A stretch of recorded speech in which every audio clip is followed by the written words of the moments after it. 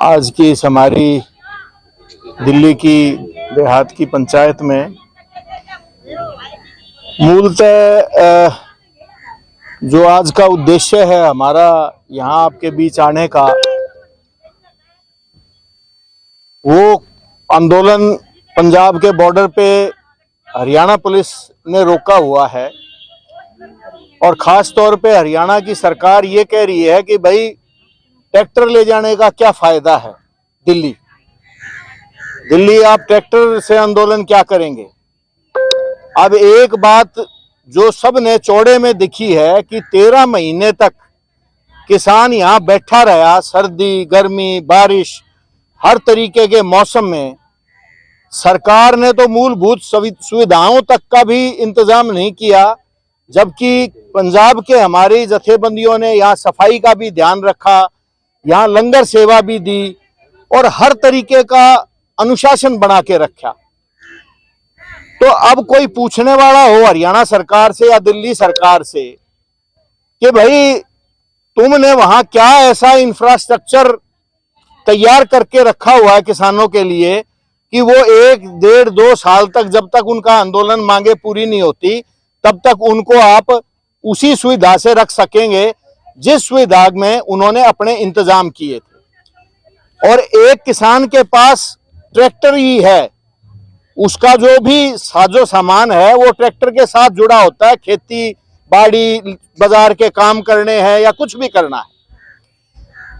तो वैसे तो मैं तो कह रहा था, मैंने कहा कौन सी उड़े भाई, हमारी आपने ऐसी खातिर तवज्जो करने का इंतजाम कर दिया, लेकिन वो चलो हम उन बातों में नहीं जाते। तो फिर ये तय हुआ कि भाई कोई बात नहीं, हम वहां से ट्रैक्टर लेके ना भी आए तो हमारे वहां दिल्ली में भाई बैठे हैं, दिल्ली में भी हमारे किसान भाई हैं जो जमीन से जुड़े हुए हैं और उनके पास भी वो सारे आज भी साजो सामान हैं। धनखड़ साहब का ये बिल्कुल कहना था कि कम से कम भी 12,000 ट्रैक्टर हमारे दिल्ली के अंदर भी हैं किसानों के पास। तो आज इस मुद्दे को लेके हम आए कि भाई हम अपने दिल्ली के साथियों से बात करें कि मान लो अगर हम वहां पंजाब के अपने साथियों से कहें कि भाई कोई बात नहीं, तुम बिना ट्रैक्टर के अपनी हमारी यात्रा आगे बढ़ाएं, और जो हमारे दिल्ली के आसपास के, दिल्ली और आसपास के भी मैं कहूंगा हरियाणा के भी इसमें शामिल हैं, तो क्या हम वो इंतजाम अपनी तरफ से तैयार करने को तैयार हैं। हमारे सबसे बुनियादी सवाल है आज का। वैसे तो 21 तारीख का फैसला ले लिया है हमारे वहां जथेबंदियों ने कि सरकार टालने का काम कर रही है, 27 तारीख तक 28 तारीख तक आचार संहिता लग जाएगी, फिर ये बातचीत का भी कोई माहौल नहीं रहेगा। तो अब किसानों ने कल फैसला कर लिया कि भाई 21 तारीख को हम यहां से रवानगी पकड़ेंगे।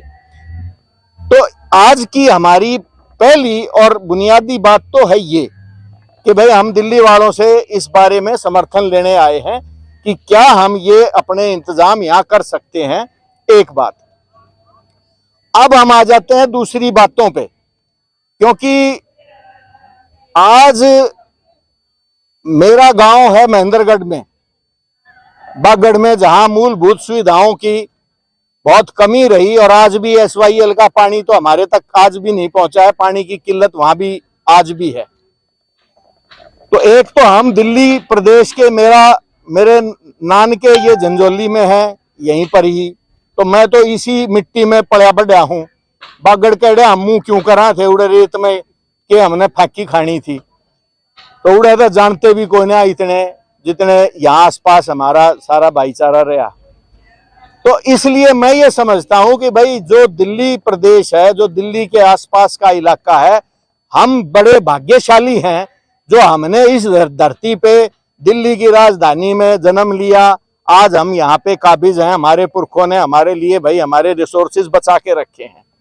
लेकिन हम हमारे कई दिल्ली के साथी, मैं उनके जब पढ़ता हूँ, कमेंट्स पढ़ता हूँ, तो बड़ा दिल में दर्द होता है कि वो कहीं महंगाई लाग रही है, उत्पाती हैं, खालिस्तानी हैं, आगे खड़े हो जाएंगे, आड़े हमारे सर पे दरिया दड़ेंगे, न्यू करेंगे। अरे उन किसानों की सोचो, चलो हरियाणा पंजाब का ताकतवर किसान है इसलिए लड़ने का मादा भी रखता है और लड़े भी हैं, लेकिन वहां जाके देखो, बुंदेलखंड में देखो भाई, बिहार में जाके देखो, राजस्थान के इलाकों में देखो, जहां मतलब मैं कई साल पहले स्टेशन पे खड़ा था, एक आदमी आके और नमस्ते करके बैठ गया, थे कठू हो सा, मगा भाई मैं हरियाणा से हूं। बोला की जात का हो? मगा भाई मैं जाट हूं। बोला जी मैं भी जाट हाँ। तड़े बैठा। अरे तू तड़े क्यों बैठा है? ऊपर बैठा ना खाट के। तो मतलब एक कहने का मेरा तात्पर्य ये है कि वहां लोगों को अपने हकों के बारे में ही ज्ञान नहीं है, हक मांगना तो दूसरी बात है।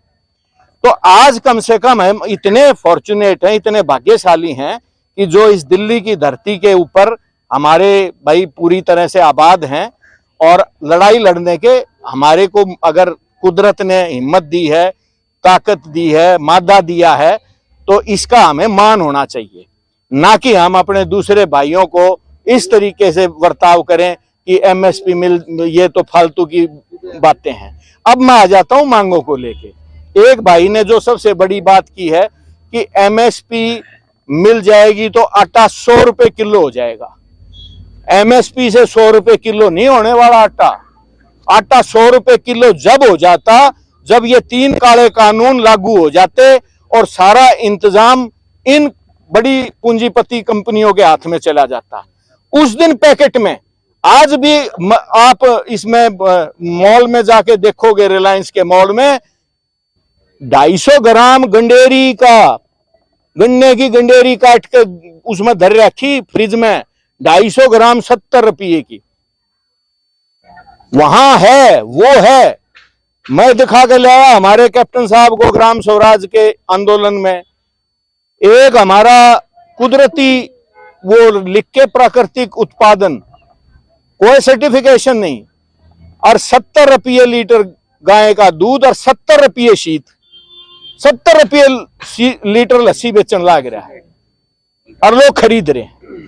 तो मेरा कहने का मतलब यह है कि जब भी किसान की जमीन आज किसान के पास है तो वही 2 करोड़ 2.5 करोड़, और जिस दिन कॉर्पोरेट के हाथ में चली जाएगी वही 25 करोड़ 50 करोड़ की हो जाएगी, 100 करोड़ भी हो जाएगी, इसमें कोई दो राय नहीं। तो कहने का मतलब यह है कि एमएसपी के तो फायदे ही फायदे हैं। क्यों? क्योंकि आज किसान को तो मिल रहा है कम, वही चीज जो 10 रुपए किसान को मिलती है, 5 रुपए मिलती है बाजार में, तो वो उपभोक्ता को तो नहीं मिलती 15 रुपए। भाई उसके ऊपर 20%, 30%, 40% कितना मुनाफा रखोगे? लेकिन वो बिचौलियों की वजह से वही चीज जाके 50 रुपए 60 रुपए, कोई सब्जी जाके ले लो आपने 80 रुपये 100 रुपये किलो तक कम मिल जाती हो। तो अगर एमएसपी हो गया, आज गेहूं चावल पे एमएसपी है हमारा, अब हमारे बागड़ में भी धान बुआते हैं ये हॉर्टिकल्चर वाले। एक अफसर मिल गया मेरे को, कहने लगा बोला मैंने आपके बागड़ में जी चेरी की खेती करा दी, मगा तने तो नाश कर दिया। मगा जो सीधी सीधी सूखे में खेती मारा, बाजरा हो जा, चना हो जा, दूसरी चीज हो जा, तने उड़े चेरी लगवा दी जिसमें मेरे ख्याल से 100 गुना पानी चाहिएगा। कहां से लावांगे? मैंने कहा वो प्रोजेक्ट तुम लगवाओ हो उनने बड़ा फुसड़ा के, फिर जब वह प्रोजेक्ट उनके पिट्टे हैं फिर वह जहर खावे हैं। जितने जितने ये पॉली हाउस लगा कर जितने किसान प्रोजेक्ट लगावे हैं उनने की हालत खराब मिल रही है। तो एमएसपी का फायदा ये है कि एक तो जब वो 23 फसलों पे मिलेगा तो किसान फिर सारी फसलें बागड़ में, फिर उन्हें क्या जरूरत है गेहूं या दूसरी फसलों को चावल लगाने की, वो अपने बाजरे बोएंगे, उनको पता होगा भी तुमने इतना तो मिल रहा ही मिल रहेगा। तीसरी बात यह है कि मान लो जब एमएसपी हो गया, एक फसल की कीमत होगी, तो सरकार उसका एमआरपी भी कंट्रोल कर सकती है। जब सरकार को यह पता है कि भाई किसान से तो इस भाव में जा रहा है, तो उस पे खर्चे मंडी के दूसरे ऐड करके सरकार एमआरपी पे भी अंकुश लगा सकती है कि भाई इससे ज्यादा ये नहीं बिकेगा। तो उससे क्या है कि उपभोक्ता का फायदा होगा, ना कि नुकसान होगा, और ज्यादा से ज्यादा फसलों की वैरायटी होंगी। एक चीज पे ज्यादा जोर ना देके उससे क्या है कि धरती की गुणवत्ता भी कम हो है। जब हम अदल बदल कर फसलें बोवांगे तो हमारी धरती की उत्पादन शक्ति भी बढ़ है। तो कहने का मतलब ये है कि एमएसपी की मांग तो है, हम तो ग्राम स्वराज वाले तो लाभकारी मूल्य की बात करते हैं कि किसान को, जब हर किसान भी एक इंडस्ट्री लगाता है, एक दाने के 1000 दाने लाख दाने बनावे है, तो वो भी एक उद्योग है। तो हम भी किसी वो समय की इंतजार कर रहे हैं। आज एमएसपी पे ठीक है, हम सरकार से मांग रहे हैं, मिलने वाला वो भी नहीं है इतनी आसानी से, मगर फिर भी चलो हमारी एक लड़ाई है, मांग है, हम उसको सरकार को ऐसे सीधा सीधा नहीं छोड़ सकते। तो कहने का मेरा मतलब है कि ये भी वहम हम दिमाग से निकाल दें कि एमएसपी से आटे के दाम बढ़ जाएंगे ना, बिल्कुल नहीं बढ़ने वाले। आज भी आप लोग हैं तो किसान का तो 2000 2200 2500 गेहूं है, आटा फिर भी अपने को 40 रुपए 50 रुपए 60 रुपए किलो तक मिले हैं। तो आप ये सारे भ्रामकताएं जो फैलाई जा रही हैं, ये सिर्फ और सिर्फ सरकार का जो मीडिया तंत्र है, सरकार की जो ट्रोल आर्मी है, उनका कर्या धर्या काम है। तो एक तो इन बातों में ना आके, और दूसरी बात जो हम दिल्ली की बात कर रहे हैं, देहात की राणा साहब ने कही, ये चीजें बहुत दिनों से उठ रही हैं, मगर अनफॉर्चुनेट क्या बात है कि हमारे दिल्ली देहात में किराए की आमदन है हमारे बच्चों के पास, हमारे लोगों के पास। तो जब उनको आमदनी के साधन उनके पास दूसरे हैं, तो खेती उन्होंने एक किस्म से नेग्लेक्ट ही कर रखी है। अगर दिल्ली के, आज भी दिल्ली में मैं, मेरे मैक्सिको में प्रोफेसर है हमारे, उनका मेरे पास फोन आया, बोले आपके दिल्ली में देखो सारी सब्जी मेवात से आके लोग बेच रहे हैं। भाई एक बात बताओ, हम सिक्किम की तर्ज पे दिल्ली को पूरी की पूरी ऑर्गेनिक स्टेट क्यों नहीं बना सकते? यहाँ हमारे पास साधन भी है, मंडी भी है, बाजार भी है। हम तो इस दिल्ली को पूरी दुनिया के लिए एक एक्सपोर्ट का हब बना सकते हैं, प्रोसेसिंग का भी, उत्पादन का भी, हर चीज का भी।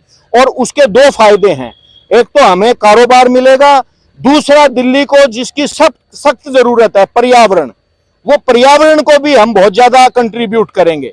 तो ये तो हमारी विन विन सिचुएशन है। तो इसलिए दिल्ली के किसानों को तो कम से कम अपना किसानी दर्जा भी, और उसी के साथ दिल्ली को स्टेट का दर्जा भी, ये सरकार को समझ आना पड़ेगा कि ये किसान को जिस दिन किसानी का तुम दर्जा दे दोगे, उसी दिन दिल्ली को भी इंडिपेंडेंट स्टेट का दर्जा मिल जाएगा। तो आज की हमारी और बहुत सारी बातचीत रहेंगी, लेकिन मुख्यतः जो आज हमारी जिस बात को हम लेके आए थे कि भाई हमारे दिल्ली के किसान हैं, पिछली बार भी राणा जी के साथ मैं भी हमारी सारी सभाओं में शामिल था, तो इस बार के आंदोलन के लिए दिल्ली का एक खास योगदान होना चाहिए। दिल्ली से लोग बिल्कुल इंतजार में, जैसे अब हरियाणा के उठ उठ के कह रहे हैं अगर भाई आओ हम तैयार हैं, आओ हम तैयार हैं, ऐसी आवाज दिल्ली से उठनी चाहिए कि आ जाओ हम तैयार हैं, तुम्हारा स्वागत है। धन्यवाद। कविता सुननी हो तो लास्ट में सुनाऊंगा।